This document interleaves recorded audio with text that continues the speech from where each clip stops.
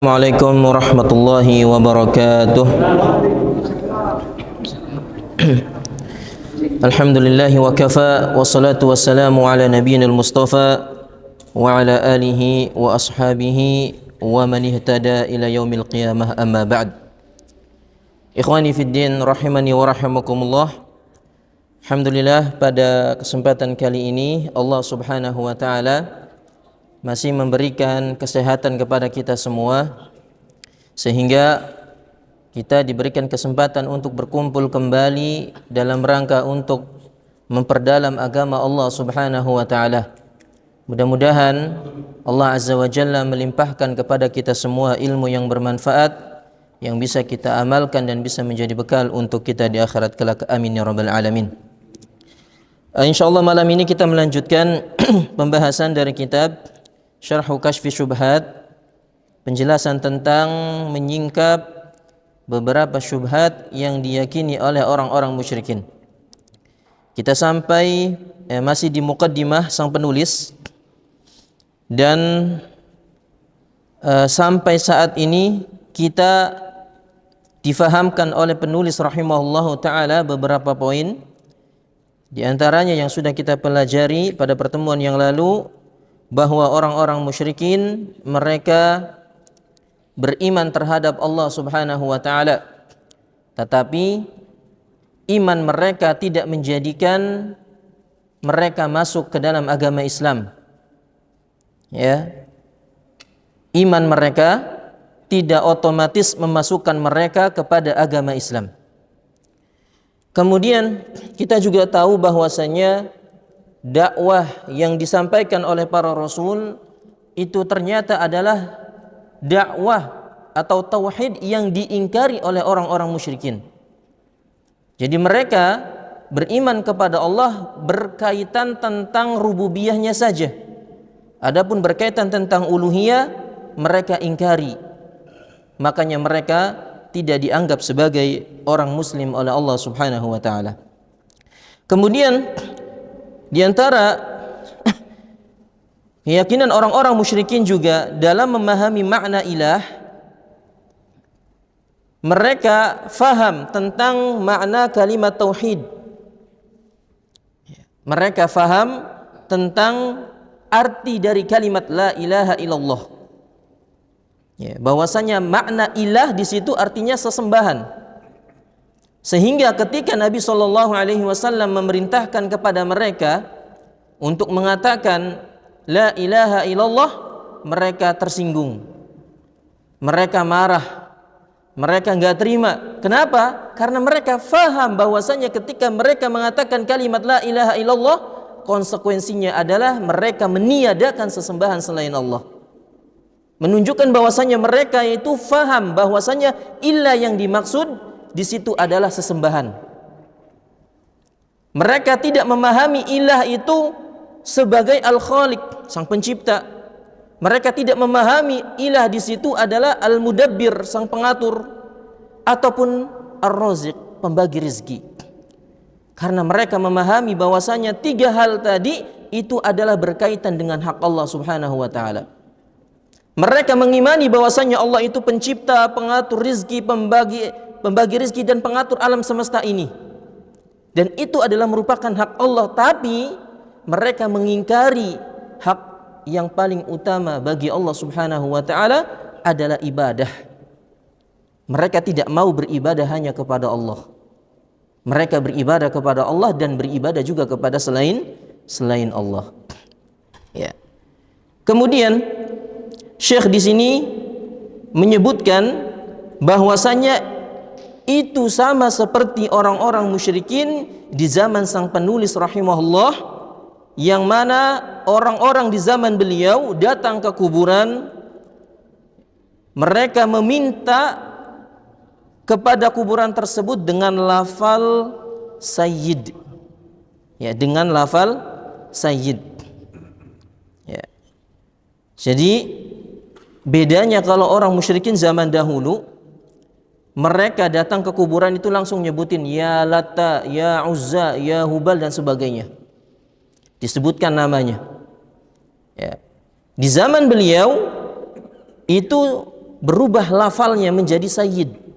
Ya sayyid fulan, ya sayyid Rifa'i, ya sayyid Tijani, ya sayyid Al-Badawi. Mereka meminta kepada sayyid-sayyid tersebut dalam perkara yang tidak mungkin bisa dilakukan oleh makhluk. Ya, mereka minta rezeki, mereka minta keturunan, mereka minta hal-hal yang bisa dilakukan kecuali oleh Allah Subhanahu wa taala. Dan di zaman sekarang mirip. Lafalnya apa kalau sekarang? Syekh, ya Syekh fulan, ya Syekh dan sebagainya. Mereka mengganti lafalnya, tapi sejatinya itu sama. Syekh tersebut atau sayyid tersebut itu bermakna ilah, sesembahan. Sehingga ada persamaan antara orang-orang musyrikin di zaman Nabi SAW dan di zaman penulis, bahkan di zaman sekarang. Ya, hanya saja berubah namanya atau lafalnya. Kemudian setelah itu Nabi SAW datang mendakwahi mereka orang-orang musyrikin untuk kembali kepada tauhid, kepada kalimat yang benar, yaitu la ilaha illallah. Di sini sang penulis mulai menjelaskan apa yang dimaksud dengan la ilaha illallah. Kata beliau, wal muradu min hadhil kalimati ma'naha la mujarradu lafdhiha. Kata beliau, maksud dari kalimat la ilaha illallah itu adalah maknanya mengamalkan kandungan-kandungan yang terkandung di dalamnya, bukan hanya sekedar pelafalannya. Bukan sekedar pelafalannya. Karena banyak di antara kaum muslimin yang mengira bahwasanya cukup dengan mengatakan kalimat la ilaha illallah masuk surga, tanpa mengajarkan atau tanpa mengamalkan, mempelajari makna-makna yang terkandung di dalam kalimat tersebut. Tayyib. Ya, kita terjemahkan kalimat la ilaha illallah yang benar. Kata Syekh Al-Fauzan hafizahullah, maknanya adalah la ma'buda bihaqqin illallah. Bahwa terjemahan kalimat la ilaha illallah yang benar adalah la ma'buda bihaqqin illallah, tidak ada sesembahan yang berhak disembah kecuali Allah Subhanahu wa taala. Ini terjemahan yang benar ya. La ma'buda bihaqqin illallah. Kemudian di dalam kalimat la ilaha illallah juga terdapat dua rukun. Yang ini sudah sering kita sebutkan. Yang pertama apa? La ilaha. Apa ini bentuknya? An-nafyu, penafian. Ya, pengingkaran, an-nafyu. La ilaha, tidak ada sesembahan illallah, berupa itsbat, penetapan, kecuali Allah Subhanahu wa taala. Ya, jadi kita harus paham di dalam kalimat tersebut terdapat makna, terdapat dua rukun, yaitu pengingkaran dan penetapan. Mengingkari segala sesembahan-sesembahan, semuanya diingkari, dan menetapkan bahwa hanya Allah Subhanahu wa taala sesembahan yang berhak disembah. Dan banyak di dalam ayat-ayat Allah Azza wa Jalla yang berbicara tentang ini. Seperti firman Allah, wa may yakfur bit-taghuti wa yu'min billahi faqad istamsaka bil urwatil wuthqa. Ya, faqad istamsaka bil urwatil wuthqa. Siapa yang kufur kepada taghut, ya, sesembahan selain Allah, dan beriman kepada Allah. Ini di sini siapa yang kufur kepada taghut berarti kan pengingkaran, penafian. Ya, wa may yakfur bit-taghuti, siapa yang kufur kepada taghut semuanya, wa yu'min billah, dan beriman kepada Allah, itsbat, penetapan, faqad istamsaka bil urwatil wuthqa, maka sungguh dia telah berpegang dengan tali yang sangat kuat yang tidak akan putus. Kata para ulama, tali tersebut adalah kalimat la ilaha illallah. Kemudian untuk memahami makna la ilaha illallah juga kita harus mengetahui syarat-syaratnya. Sudah kita sebutkan pada pertemuan yang lalu, ada berapa? 9. Ada 8. Yang pertama adalah al-ilmu. Al-ilmu, mengetahui maknanya dengan benar. Ya. Kemudian al-yaqinu, setelah itu meyakini, tanpa ada sedikit pun keraguan. Al-mahabbah, mencintai kalimat tersebut secara totalitas. Yang keempat, al-ikhlas, yaitu ikhlas dari dalam hati kita. Yang kelima, as-sidqu, jujur, ya, bukan pura-pura mengucapkan kalimat la ilaha illallahnya, tapi jujur. Yang keenam, al-inqiyad, tunduk, mengerjakan semua syariat Allah Subhanahu wa taala serta menjauhi larangannya. Dan yang ketujuh adalah al-qabul, menerima. Serta yang kedelapan adalah al-bara'atu minasyirki, berlepas diri dari kesyirikan. Insyaallah kalau kita mengamalkan 8 syarat ini, kita menjadi hamba-hamba yang muwahhid, hamba-hamba yang mentauhidkan Allah Subhanahu wa taala. Baik. Kemudian ada beberapa penafsiran yang keliru berkaitan tentang makna la ilaha illallah. Ya, di antaranya yang pertama, penafsiran yang disebutkan oleh ahlul kalam, yaitu orang-orang mantiq, ya, atau orang-orang yang mempelajari ilmu filsafat, ya. Ahlul kalam, ya, apa disebut orangnya? Ya, filsafat, ya. Ya, ilmu filsafat. Mereka yang mempelajari ilmu filsafat, ya, dan ilmu filsafat kata para ulama hukumnya haram untuk dipelajari. Karena di antara metode ilmu filsafat adalah memahami agama ini dengan akal. Kalau syariat tersebut bertolak belakang dengan akal mereka, mereka tolak. Tapi kalau mereka sesuai dengan akal mereka, mereka terima. Dan kacau kalau orang sudah beragama memahaminya hanya dengan akal, itu kacau. Ya. Ahlul kalam mendefinisikan kalimat la ilaha illallah itu adalah la khaliqa illallah, tidak ada sang pencipta kecuali Allah. Ya, secara umum arti ini benar, tidak ada sang pencipta selain Allah, benar. Tapi itu bukan maksud dari la ilaha illallah. Karena al-khaliq itu adalah merupakan bagian hak Allah Subhanahu wa taala. Jadi kurang tepat orang yang menerjemahkan la ilaha illallah itu tidak ada sang pencipta kecuali Allah. Ya, ini kekeliruan yang pertama. Yang kedua adalah kekeliruan yang dilakukan oleh orang-orang sufi, di mana mereka mendefinisikan la ilaha illallah itu la ilaha mawjudun illallah. Tidak ada sesembahan yang ada kecuali Allah. Tidak ada sesembahan yang ada kecuali Allah. Kenapa mereka mendefinisikan seperti ini? Karena mereka memiliki keyakinan yang disebut dengan wahdatul wujud, yang dipelopori oleh Ibnu Arabi, ya, tokoh sufi. Mereka memiliki keyakinan wahdatul wujud, di mana Allah Subhanahu wa taala itu menyatu dengan alam, menyatu dengan makhluk, ya, menyatu dengan apa? Menyatu dengan kayu, menyatu dengan batu, menyatu dengan binatang, naudzubillah, menyatu dengan apa lagi? Dengan manusia, dengan ombak, angin dan sebagainya. Intinya Allah itu menyatu dengan makhluk. Itulah keyakinan wahdatul wujud, dan itu adalah keyakinan yang batil. Makanya mereka mendefinisikan la ilaha illallah itu adalah la ilaha mawjudun illallah, tidak ada ilah yang ada kecuali Allah. Jadi kalau ada orang yang menyembah aqua misalnya, ada orang yang menyembah aqua, maka ini disebut dengan Allah. Kenapa? Karena Allah nyatu dengan aqua. Ada orang yang menyembah HP misalnya, jangan disalahin, itu benar. Kenapa? Karena Allah nyatu dengan HP. Paham maksudnya? Ada orang yang menyembah buku misalnya, jangan disalahin. Kenapa? Allah nyatu dengan buku. Nah, itulah keyakinan wahdatul wujud. Ya. Dan orang-orang sufi menafsirkan la ilaha illallah itu la ilaha mawjudun illallah. Baik. Kemudian tafsiran yang berikutnya adalah tafsiran yang difahami sesuai dengan terjemahan. La ilaha illallah, tidak ada Tuhan selain Allah. Ini juga kurang tepat. Kenapa?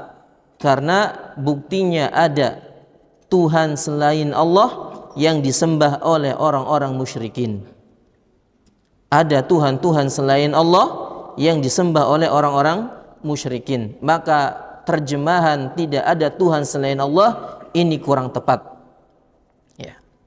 Demikian juga ya, ada orang-orang yang menerjemahkan la ilaha illallah dengan la hakima illallah.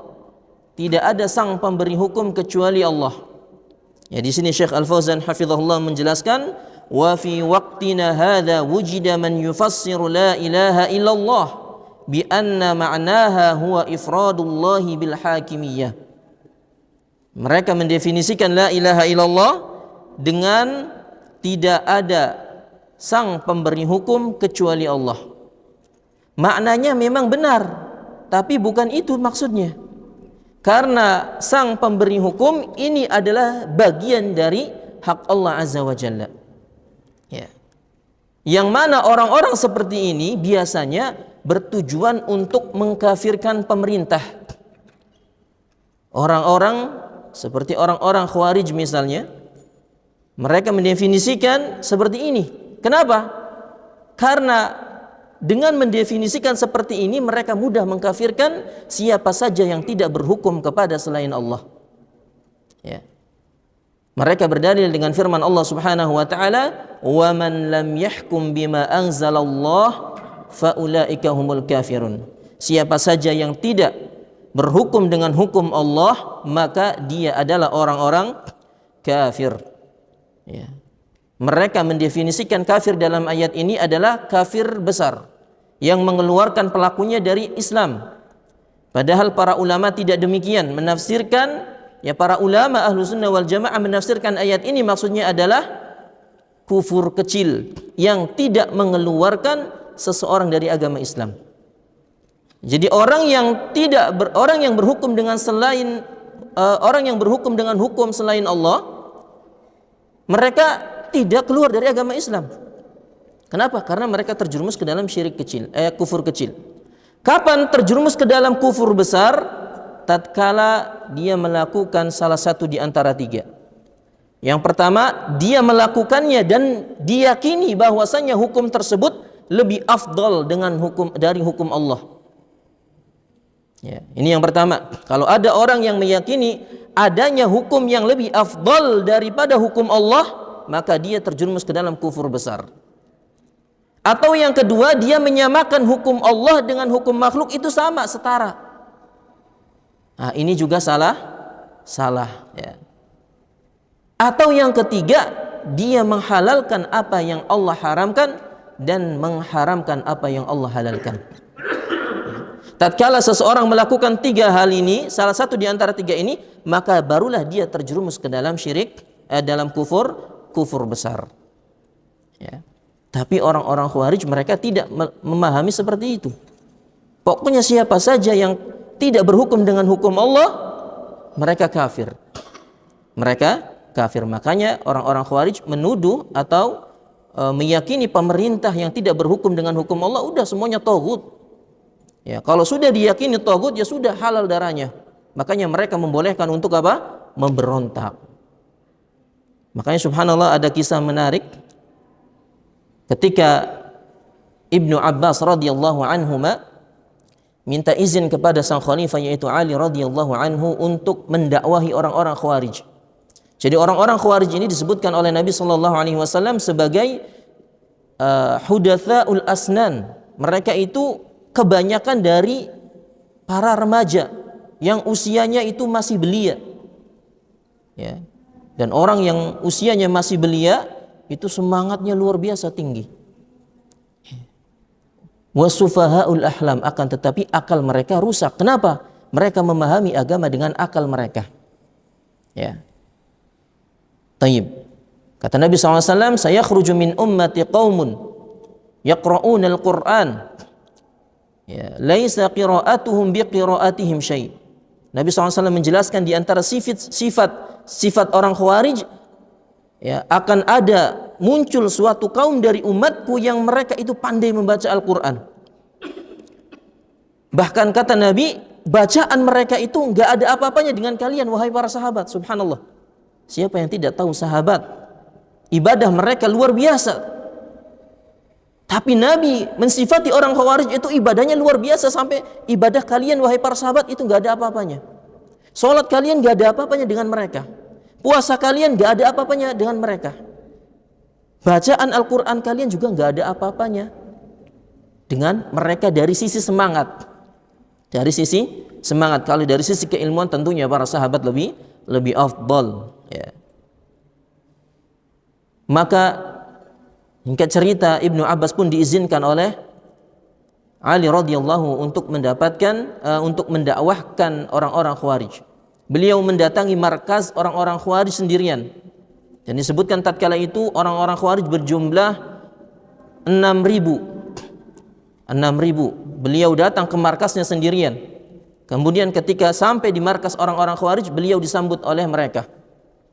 Maka terjadilah diskusi yang panjang sampai pada titik pembahasan kesalahan mereka, yaitu orang-orang Khawarij mengkafirkan pemerintahan Ali radhiyallahu anhu gara-gara mereka salah faham. Mereka menuduh Ali ini berhukum atau mengambil hukum selain Allah. Jadi ketika Ali dan Muawiyah mereka masing-masing mengutus utusan untuk berdamai, lalu disepakatilah kesepakatan dan Ali menyetujuinya. Inilah yang menjadikan orang-orang Khawarij gak terima. Menuduh Ali itu mengambil hukum selain hukum Allah. Kenapa? Karena perjanjian itu adalah buatan manusia, kenapa diambil? Maka mereka pun mengkafirkan pemerintahan Ali. Faham ya? Jadi kesalahan orang-orang Khawarij di sini letaknya adalah pada kesalahpahaman mereka dalam memahami apa yang terjadi antara Ali dan Muawiyah. Ya. Kesepakatan damai tersebut disepakati oleh Ali, tapi dituduh oleh mereka sebagai mengambil hukum selain Allah. Maka di sini Ibnu Abbas terlihat kecerdasan beliau radhiyallahu anhu. Beliau membawakan sebuah ayat dalam Al-Quran, yaitu surat An-Nisa ayat 35. Wa in khiftum shiqaqa bainihima fab'athu hakaman min ahlihi wa hakaman min ahliha iyuwafiqillahi bainahuma. Kata Allah Azza wa Jalla di dalam ayat ini menjelaskan tentang dua pasang istri. Subhanallah, dalam masalah kecil saja seperti permasalahan rumah tangga, Allah ajarkan. Tatkala suami dan istri mereka bertengkar dan tidak menemui titik damai, maka kata Allah, utuslah utusan dari kubu suami dan utusan dari kubu istri. Untuk apa? Untuk mensepakati perjanjian.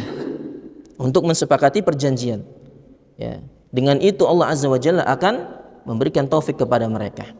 Nah, ternyata dalam masalah yang kecil saja Allah ajarkan seperti itu. Bagaimana dengan masalah pemerintahan yang masalahnya itu jauh lebih besar? Jadi apa yang dilakukan oleh Ali radhiyallahu anhu ini ternyata ada dalilnya. Ada sumbernya dari Al-Quran, diajarkan oleh Allah subhanahu wa ta'ala. Maka tidak kurang dari 2.000 orang-orang Khawarij mereka bertaubat kepada Allah Azza wa Jalla dan bergabung bersama pasukan Ali radhiyallahu anhu. Intinya para jemaah yang dimuliakan Allah subhanahu wa ta'ala, bahwa orang-orang Khawarij mereka salah menafsirkan tentang masalah kekafiran gara-gara mereka salah menerjemahkan makna la ilaha illallah. Ya, kalau zaman sekarang apa? Ya, firqah yang dibubarkan oleh pemerintah apa? Ya, HTI itu sama seperti ini pemahamannya. Mengosong khilafah yang bertujuan mengkafirkan pemerintah yang tidak berhukum selain Allah. Walhamdulillah dibubarkan. Ya. Taib. Ada juga firqah yang menafsirkan la ilaha illallah dengan menafikan sifat. Seperti firqah Jahmiyah dan Mu'tazilah. Mereka memahami kalimat tauhid itu dengan menafikan sifat Allah subhanahu wa ta'ala. Makanya orang-orang Mu'tazilah itu mereka memiliki 5 usul. Ya, 5 usul atau 5 pondasi pokok yang disepakati oleh mereka Mu'tazilah.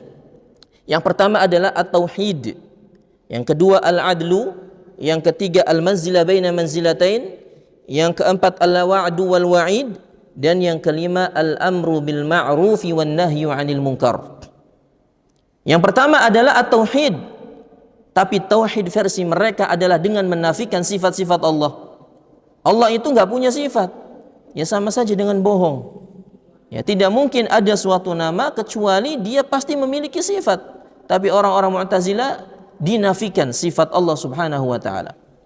Yang kedua al-adlu, keadilan. Keadilan versi mereka adalah dengan meniadakan takdir. Enggak ada yang namanya takdir itu. Yang ketiga al-manzilah baina manzilatain. Kedudukan tempat di antara 2 kedudukan.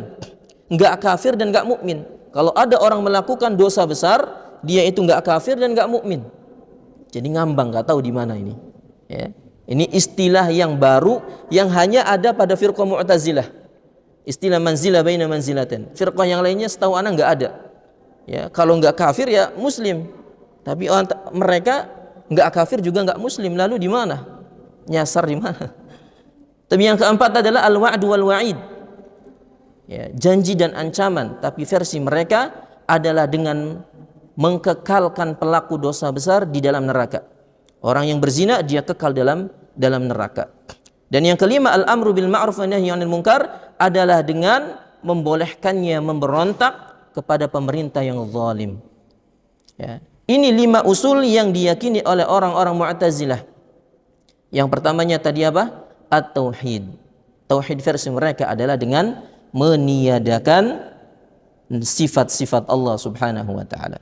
Itu beberapa di antara kekeliruan terhadap penterjemahan dari kalimat tauhid, yaitu la ilaha illallah. Namun kita ulangi bahwa penerjemahan yang benar adalah la ma'buda bihaqqin illallah.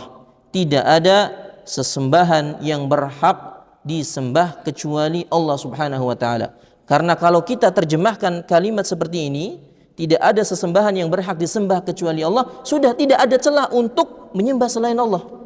Kenapa? Karena tidak ada sesembahan yang berhak. Berarti yang lainnya nggak berhak disembah kecuali Allah. Kecuali Allah. Maka kita ajarkan makna tauhid yang benar kepada anak kita, istri kita, kepada orang-orang terdekat kita. Supaya ketika mereka besar, mereka sudah faham, oh makna la ilaha illallah itu yang benar ini. Karena ketika mereka besar, pasti mereka akan dapati buku-buku yang menerjemahkan kalimat tauhid secara serampangan atau tidak benar, ya, sehingga rawan mereka untuk terjerumus kepada pemahaman-pemahaman seperti itu. Maka alangkah baiknya kita bentengi anak-anak kita dengan menanamkan kepada mereka, ini loh nak, akidah yang benar, terjemahan yang benar dari kalimat yang mulia, yaitu kalimat la ilaha illallah. Tidak ada sesembahan yang berhak disembah kecuali Allah Subhanahu wa taala. Taib. Kemudian sang penulis rahimahullah menjelaskan, wal kuffarul juhalu ya'lamuna anna muradan nabiy sallallahu alaihi wasallam bihadhihi al-kalimah huwa ifradullah ta'ala bita'alluqi bihi. Dan orang-orang kafir yang bodoh, kata beliau, maksudnya di sini orang-orang kafir di zaman Nabi sallallahu alaihi wasallam, orang-orang musyrikin di zaman dahulu, mereka memahami dan mengetahui maksud Nabi sallallahu alaihi wasallam pada kalimat la ilaha illallah, yaitu adalah mengesahkan Allah dengan selalu bergantung kepadanya. Mengesahkan Allah dengan selalu bergantung kepadanya. Wal kufru bima yu'badu min dunillah, dan mengingkari apa-apa yang disembah selain Allah. Wal bara'atu minhu, dan berlepas diri darinya, berlepas diri dari kesyirikan. Ya. Jadi orang-orang kafir mereka memahami makna la ilaha illallah dengan benar. Ya. Fa innahu lamma qala lahum, maka sesungguhnya tatkala Nabi mengatakan kepada mereka orang-orang musyrikin, qulu la ilaha illallah, katakan la ilaha illallah, mereka mengatakan aja'alal alihata ilaha wahida, apakah Muhammad ini ingin menjadikan sesembahan-sesembahan yang banyak ini menjadi satu? Mereka marah. Inna hadza la syai'un ujab, sungguh ini adalah perkara yang aneh, kata mereka. Taib. Kemudian fa idza arafta anna juhalal kuffari ya'rifuna dzalik fal ajabu mimman yadda'i al-islam wa huwa la ya'rifu min tafsiri hadhihi al-kalimah ma 'arafahu juhalul kuffar. Di sini Syekh nyindir ya, nyindir mereka orang-orang yang mengaku Islam tapi nggak paham tentang makna la ilaha illallah. Ya. Kata beliau, apabila engkau mengetahui bahwasanya orang-orang kafir yang bodoh mereka mengetahui makna la ilaha illallah dengan benar, maka sungguh aneh orang-orang yang menisbatkan dirinya sebagai Islam, sebagai kaum muslimin, tapi mereka nggak faham tentang makna kalimat ini. Mereka nggak faham tentang makna la ilaha illallah. Atau mereka paham makna la ilaha illallah tapi belum benar. Buktinya apa? Buktinya mereka belum bisa mengamalkan kalimat tersebut dengan benar. Mereka masih suka bermaksiat, masih terkadang berbuat syirik dan sebagainya, menunjukkan bahwasanya amalan mereka itu adalah orang-orang yang belum mengamalkan la ilaha illallah dengan benar. Ya. Kalau seandainya dia faham benar makna la ilaha illallah, niscaya dia akan konsisten untuk selalu bergantung kepada Allah Azza wa Jalla dan meniadakan gantungan-gantungan selain Allah Subhanahu wa taala. Dia akan menjadikan Allah itu satu-satunya tempat dia bersandar. Bukan datang ke tempat-tempat keramat, tempat-tempat mistis dan sebagainya. Ya. Bal yadhunnu anna dzalika huwa talaffudhu bihurufiha min ghairi i'tiqadi qalbi li syai'in minal ma'ani. Bahkan dia mengira bahwasanya kalimat la ilaha illallah itu hanya sekedar dilafalkan huruf-hurufnya saja. Sebagaimana tadi kita katakan, banyak di antara kaum muslimin yang mereka mengatakan la ilaha illallah tapi enggak faham. Ya, mereka enggak sholat, mereka enggak perhatian terhadap syariat-syariat Islam. Ya. Akan tetapi ya, seharusnya diimani di dalam hati dan diamalkan makna-maknanya. Wal hadiqu minhum yadhunnu anna ma'naha la yakhluqu wa la yarzuqu illa Allah wa la yudabbirul amra illa Allah. Kemudian kata sang penulis, dan orang-orang pintar di antara mereka, di antara orang-orang musyrikin mengira bahwa makna la ilaha illallah itu ya adalah yang menciptakan, yang mengatur rizki, yang mengatur alam semesta ini kecuali Allah. Tidak ada yang mengatur itu semua kecuali Allah. Ya. Fala khaira fi rajulin juhalul kuffari a'lamu minhu bima'na la ilaha illallah. Maka tidak ada kebaikan dalam diri seseorang yang mana orang kafir yang bodoh itu lebih mengetahui makna la ilaha illallah. Ini sindiran keras bagi mereka yang mengaku Islam tapi nggak faham makna la ilaha illallah. Kata beliau, tidak ada kebaikan dalam diri orang tersebut yang mana orang kafir itu lebih paham makna la ilaha illallah darinya. Paham maksudnya? Ya. Kita tersinggung nggak ini? Ya, kalau kita tersinggung maka harus belajar lagi, harus sungguh-sungguh memahami makna la ilaha illallah dengan benar. Ya karena aneh, benar apa yang dikatakan sang penulis. Ya, antum agamanya apa? Muslim. Taib. Syarat menjadi muslim apa? Mengucapkan la ilaha illallah. Apa artinya? Nggak tahu. Ya gimana orang seperti itu? Ya, diketahui nama orang-orang kafir nanti. Ya. Kemudian ahibatul kiram a'azakumullah, sang penulis melanjutkan, idza arafta ma dzakartu laka bi ma'rifatil qalbi.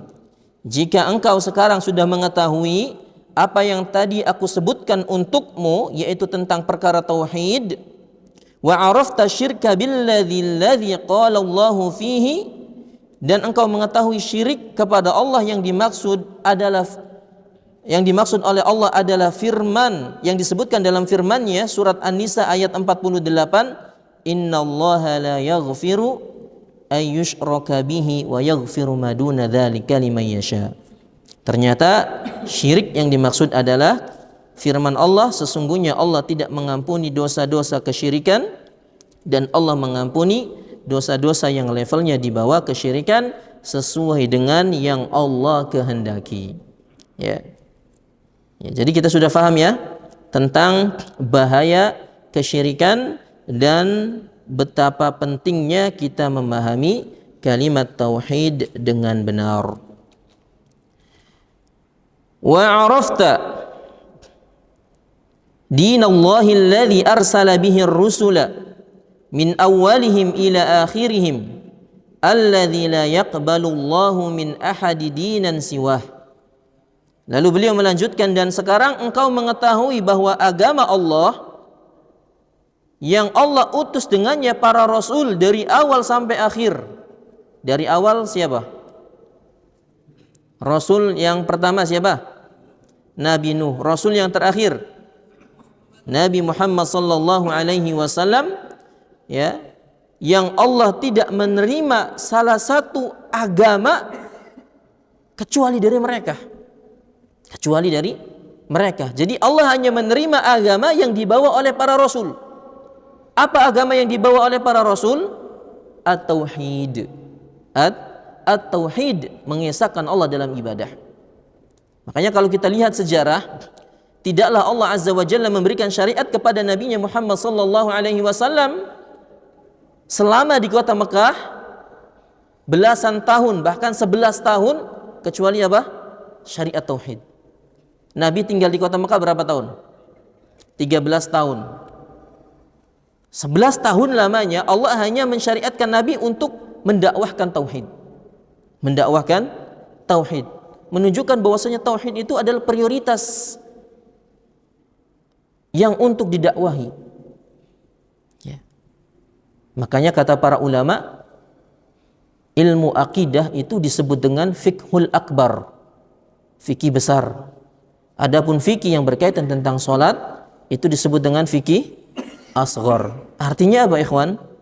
Fikih akbar, fikih besar itu lebih diutamakan untuk dipelajari daripada fikih asghar.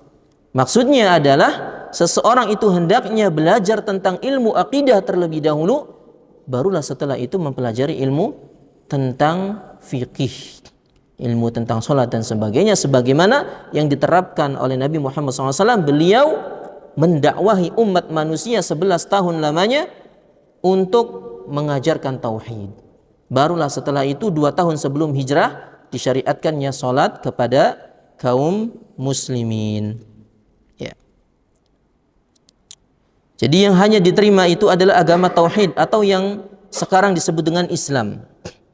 Ya, di sini Syekh rahimahullahu taala juga menjelaskan bahwa Islam itu maknanya adalah istislamu lillahi bitauhid wal inqiyadu lahu bitta'ah wal khulusu minasyirki wa ahli. Ya, ini definisi Islam ya. Ini sudah kita terangkan pada risalah Usul Ats-Tsalatsah. Ya, Syekh Muhammad bin Abdul Wahhab menjelaskan makna Islam itu adalah istislamu lillahi bitauhid, menyerahkan diri kita kepada Allah dengan mentauhidkannya. Udah kita angkat tangan kepada Allah. Ya, ketika kita beribadah udah hanya kepada Allah saja. Kita berserah diri kepadanya. Wal inqiyadu lahu bi ta'ah, dan tunduk terhadap perintah-perintahnya dengan menjalankan ketaatan. Wal khulusu minasyirki wa ahli, dan berlepas diri dari perbuatan syirik dan pelakunya. Hadza huwa dinur rusuli wa hadza huwal Islam. Dan ini agamanya para rasul, yaitu disebut oleh kita sebagai agama Islam. Kemudian sang penulis rahimahullah melanjutkan, wa arafta ma asbaha ghalibun nasi fihi minal jahli bihadza. Dan sekarang engkau mengetahui bahwa apa yang terjadi pada kebanyakan orang hari ini itu mereka tidak mengetahui prinsip-prinsip ini. Jadi prinsip yang tadi disebutkan oleh sang penulis rahimahullahu taala, ya, Yang pertama, memahami tauhid. Banyak orang yang tidak faham tentang perkara tauhid. Yang kedua, banyak di antara orang yang tidak mengetahui bahaya kesyirikan. Yang ketiga, banyak di antara orang juga tidak mengetahui agama yang dibawa oleh para rasulnya, yaitu adalah agama tauhid. Ya. Maka dari itu penting bagi kita semua untuk mempelajari agama Islam ini secara detail. Ya, tidak cukup kita itu hanya ikut-ikutan. Ya. Kita ibadah ikut-ikutan saja. Yang penting ikut ustadznya. Seperti ini, enggak seperti itu. Dalam beragama kita diperintah untuk mengetahui dalil apa yang kita kerjakan. Ya. Allah Azza wa Jalla berfirman, "Qul hatu burhanakum in kuntum shadiqin." Ya. Ketika orang-orang musyrikin ngeyel, ya, hujah mereka ini seperti ini, maka Allah tantang, datangkan buktinya apa? Jika kalian memang benar. Ya. Maka dalam beragama kita harus berusaha untuk mengetahui dalil dari setiap ibadah yang kita kerjakan. Naam. Kemudian sang penulis melanjutkan, afadaka faidatain. Maka dari mukadimah yang kita sebutkan tadi itu memberikan dua pelajaran kepada kita. Al-ula, pelajaran yang pertama, al-farhu bi fadlillahi wa rahmatih. Al-farhu bi fadlillahi wa rahmatih. Kama qala ta'ala, qul bi fadlillahi wa rahmatih fabidzalika falyafrahu huwa khairum mimma yajma'un. Pelajaran yang pertama dari mukadimah yang disampaikan oleh sang penulis adalah bergembira atas karunia Allah Azza wa Jalla dan rahmatnya yang telah diberikan kepada kita. Berupa apa? Berupa pemahaman tentang tauhid dengan benar, berupa mengetahui bahaya-bahaya kesyirikan dan jenis-jenisnya. Itu adalah merupakan taufik dari Allah Subhanahu wa ta'ala. Maka yang pertama, bergembiralah, karena banyak orang di luar sana yang tidak memahami perkara ini. Maka walhamdulillah, kita bersyukur kepada Allah Azza wa Jalla, Allah pahamkan kepada kita tentang tafsiran tauhid yang benar. Maka kita harus bersyukur, ikhwah. Kita harus bersyukur. Jadi yang pertama harus gembira, dan yang kedua harus bersyukur. Bagaimana cara mensyukurinya? Adalah dengan mengerjakan ketaatan kepada Allah Subhanahu wa ta'ala dan menjauhi larangannya. Makanya Ibnu Rajab Al-Hambali dalam kitabnya Lataif Ma'arif menyebutkan kisah para salafus saleh zaman dahulu. Ketika mereka mendapatkan nikmat dari Allah Azza wa Jalla, bisa beramal saleh, mereka mensyukurinya dengan mengerjakan ketaatan selanjutnya. Yang disebutkan dahulu para salafus saleh, ketika mereka diberikan taufik oleh Allah untuk berpuasa, bisa puasa di siang hari, mereka mensyukurinya di malam hari dengan menunaikan salat malam. Ketika mereka diberikan taufik bisa menunaikan salat malam, mereka mensyukurinya di siang hari untuk berpuasa. Terus seperti itu. Maka demikian juga kita syukuri nikmat-nikmat tersebut dengan menjalankan ketaatan kepada Allah Subhanahu wa ta'ala. Dan di antara tanda diterimanya suatu amalan, kata para ulama, adalah amalan tersebut konsisten. Ya. Amalan tersebut berkesinambungan. Jadi setelah melakukan ibadah, dia susul dengan ibadah-ibadah yang lainnya. Dan kata Nabi sallallahu alaihi wasallam, ya, berwasiat kepada salah satu sahabatnya, ya, gimana nasihatnya itu? Wa atbi' sayyi'atal hasanata tamhuha, dan iringilah keburukan dengan kebaikan. Jadi setelah seseorang itu melakukan kemaksiatan, maka hendaknya dia susul dengan kebaikan, karena kebaikan tersebut bisa menghapuskan kesalahan-kesalahan yang dia lakukan. Maka semakin seseorang melakukan amal soleh, maka semakin terhapus kesalahan-kesalahan yang dia lakukan. Naam, ini faedah yang pertama. Ya, sebagaimana firman Allah dalam surat Yunus ayat 58, "Qul bi fadlillahi wa rahmatih." Katakanlah dengan karunia dan rahmatnya, "Fabidzalika falyafrahu." Maka dengan rahmat dan anugerah tersebut maka bergembiralah. Ya, bersyukurlah. Huwa khairum mimma yajma'un, karena itu adalah sebaik-baik apa yang dikumpulkan. Ya. Yang kedua, wa afadaka aidan al-khaufal azim. Pelajaran yang kedua yang disebutkan oleh sang penulis adalah rasa takut yang besar. Rasa takut yang besar. Setelah kita mengetahui bahaya kesyirikan, maka memberikan pelajaran kepada kita rasa takut. Ya, jangan sampai nikmat tersebut itu hilang dari diri kita. Setelah kita dapatkan nikmat ini, nikmat memahami tauhid dengan benar, mengetahui bahaya-bahaya kesyirikan, itu adalah nikmat, maka kita jaga. Dan hendaknya kita itu khawatir nikmat tersebut itu hilang dari dalam diri kita. Karena betapa banyak atau ada di antara orang yang mereka sudah mendapatkan hidayah, mereka sudah di jalan yang benar, subhanallah, di akhir hayatnya dia meninggal dalam keadaan menyimpang dari jalan Allah subhanahu wa ta'ala. Ya. Salah satu kisahnya yang pernah kita sebutkan juga, kisah Abdullah Al-Qasimi. Ya. Abdullah Al-Qasimi, kisahnya masyhur. Beliau ini seorang yang cerdas luar biasa. Bahkan banyak para ulama memuji karya-karya beliau. Tapi subhanallah, apa yang terjadi di akhir hayatnya? Dia meninggal dalam keadaan kufur kepada Allah Azza wa Jalla. Ya. Maka hendaknya kita takut akan dicabutnya nikmat tersebut dari diri kita. Ya. Maka kita berusaha untuk selalu mensyukuri nikmat-nikmat yang kita rasakan ini, sehingga jangan sampai Allah mencabut nikmat tersebut dalam diri kita. Makanya Nabi Ibrahim alaihi salam saja beliau berdoa kepada Allah, wajnubni wa baniya an na'budal asnam rabbi innahunna adlalna katsiran minan nas.